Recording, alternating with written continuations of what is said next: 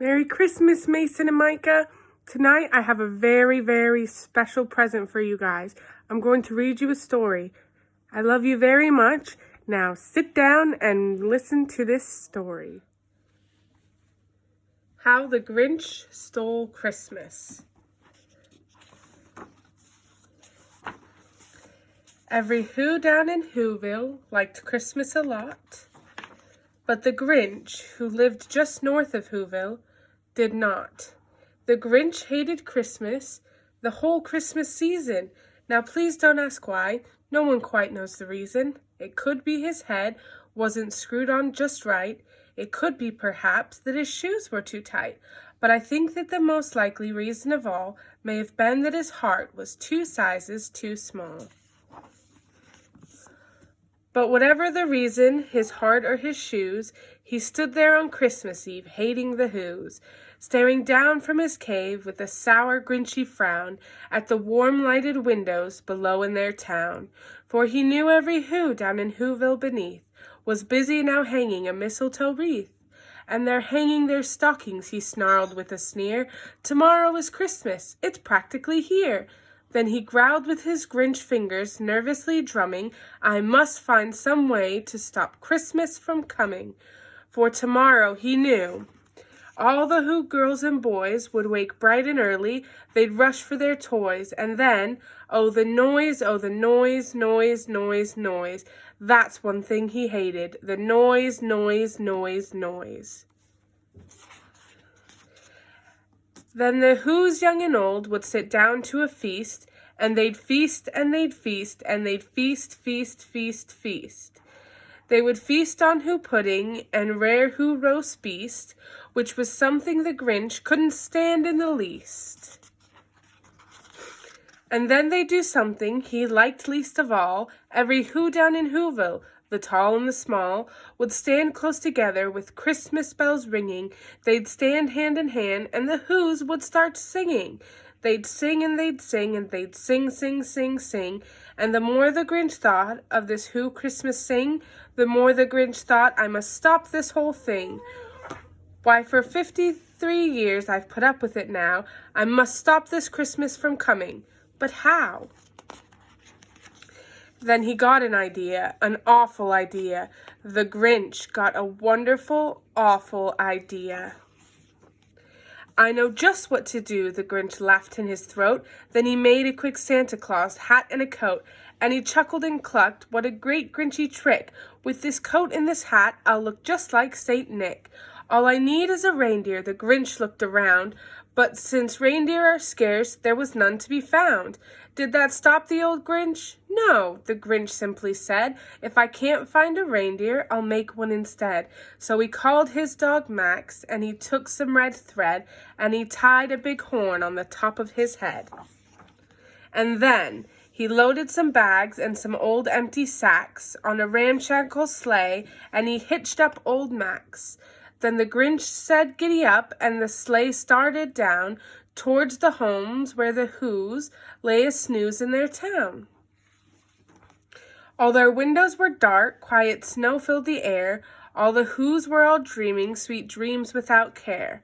When he came to the first little house on the square, this is stop number 1, the old Grinchy Claus hissed, and he climbed to the roof, empty bags in his fist. Then he slid down the chimney, a rather tight pinch, but if Santa could do it, then so could the Grinch.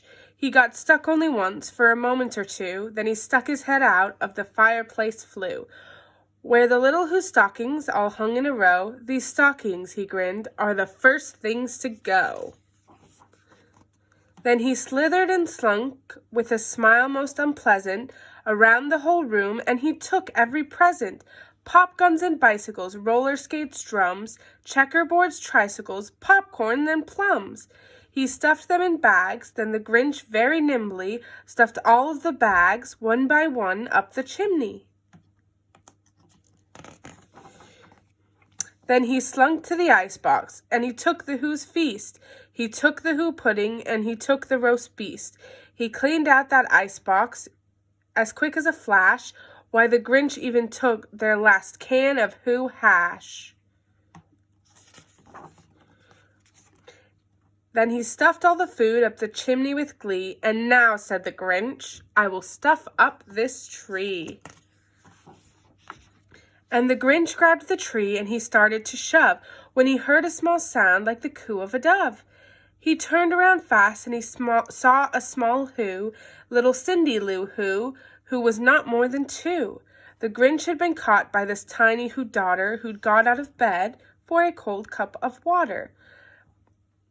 She stared at the Grinch and said, "Santa Claus, why are you taking our Christmas tree? Why?"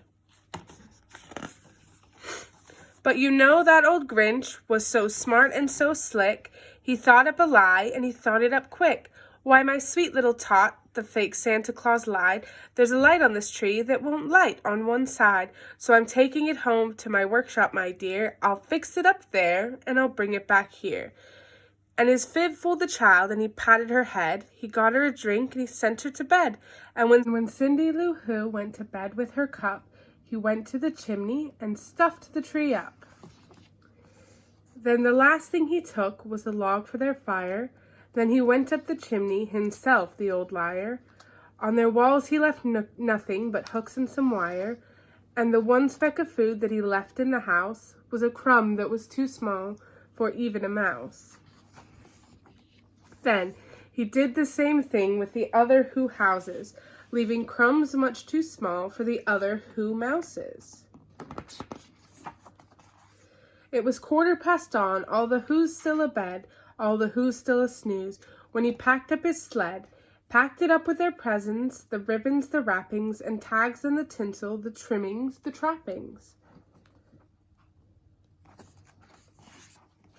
3,000 feet up on the side of Mount Crumpet, he rode with the load to the tip-top to dump it. Pooh-poohs to the Who's, he was grinchiously humming. "They're finding out now, no Christmas is coming. They're just waking up, I know just what they'll do. Their mouths will hang open a minute or two, then the Who's down in Whoville will all cry boo-hoo."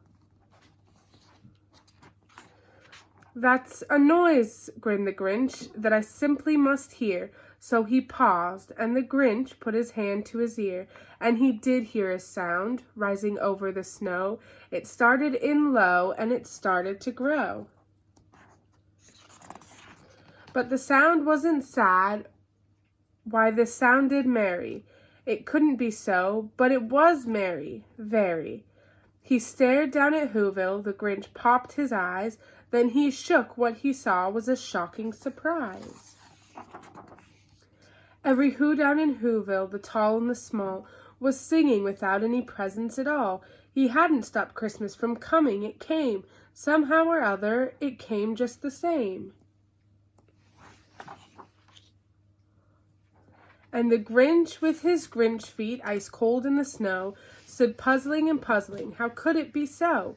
It came without ribbons, it came without tags, it came without packages, boxes, or bags.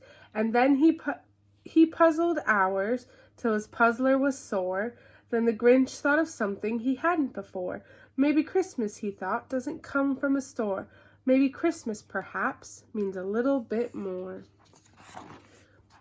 And what happened then? Well, in Whoville they say that the Grinch's small heart grew 3 sizes that day, and the minute his heart didn't feel quite so tight, he whizzed with his load through the bright morning light. He brought back the toys and the food for the feast, and he, himself, the Grinch, carved the roast beast.